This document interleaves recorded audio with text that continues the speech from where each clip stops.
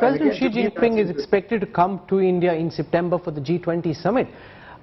Is there a possibility that some of the border tensions could dissipate before that? There could be some disengagement, de-escalation between the Chinese army and the Indian armies, because he will be face to face with our Prime Minister. The SCO summit happens virtually, but the G20 summit will have all these world leaders coming into India. Does that throw open a window of opportunity for tensions to be dialed back? Would that be important from Xi's prism, according to you?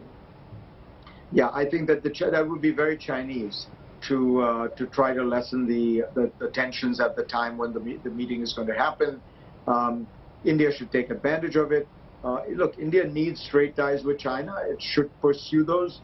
But I think that there is something there with the way that the Chinese view India and that border, which, as I say, is different from the way they view other countries. Try and build on that. Explain. How do you see that being different? How do you think Beijing views the border with India and the relationship with India at this time, given the fact that it now seems pretty certain that at the current rate of growth by 2027-28, India is likely to be the third largest economy in the world? So now we're totally speculating, but I've always wondered whether the Chinese view India as their real threat. You know, China views Japan as this offshoot of Sinic civilization, you know, not a real, a kind of a junior partner. It views Korea, these countries are small. The only real civilizational competition to China in Asia is India. India is vast, it's complex, it's dynamic, it has a rich ancient civilization that goes back as far as China's civilization does. So I've always thought that maybe, you know, for the Chinese, there cannot be you know, both India and China cannot be dominant in Asia. That one would be dominant and one would have to play a subordinate role. And China does not want to play that subordinate role. With all the others, I think it believes that it will very comfortably dominate. It will comfortably be the sun around which all the other are planets orbiting. And that, yes, Japan is you know, troublesome now, but 20, 50 years from now, Japan's, you know, population will be down, its strength will be down. The other countries, you know, very few of them have even a population over 200 million. India is in a different league. So I think that's how the Chinese view India. As I say, in my own sense, and you tell me if you disagree, India has not mostly thought very much about China. India but that's changed. Post-Galwan, that's changed a lot. Now China is India's #1 preoccupation, and Pakistan no longer is. And the great thing is, because of COVID, a lot of companies seem to be now thinking of moving away from China in a China +1 diversification of supply chain strategy, and India could potentially be one of the beneficiaries of that. And I'm keen to know what you think of it, because India at this moment is obsessed with China.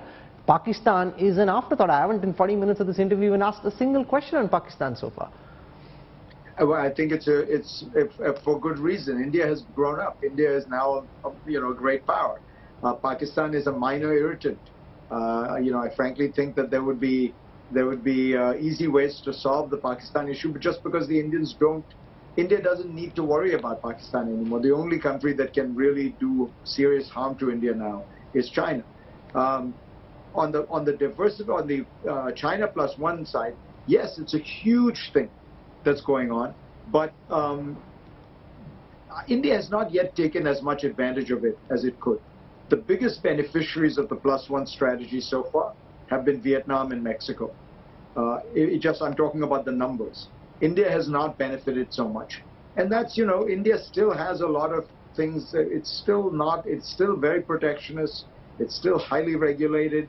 It's still unfriendly to foreign businesses. All these things have improved.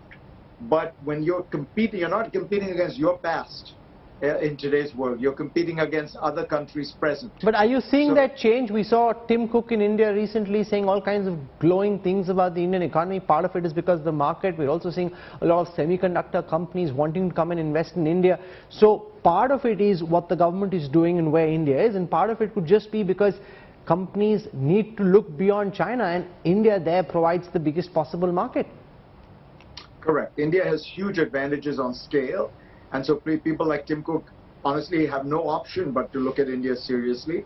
I can tell you privately, they all feel that India is over-regulated and not friendly enough to foreign business, and it's much easier to do business in China, but much easier also to do business in Vietnam. So, and Tim Cook, frankly, Apple will be offered some special deals because it is the symbolic value of having Apple would be so great. What India needs to do is just make itself more business friendly, more, fewer regulators. It'd be good for India. It'd be good for Indian businesses. It'd be good for the economy. It would boost growth. So I think that, a lot has happened. But, when you look at the World Bank's ease of doing business index, India doesn't score so well on that. And that should be one of the goals. And I think it is of the Modi government to try and keep moving up on that.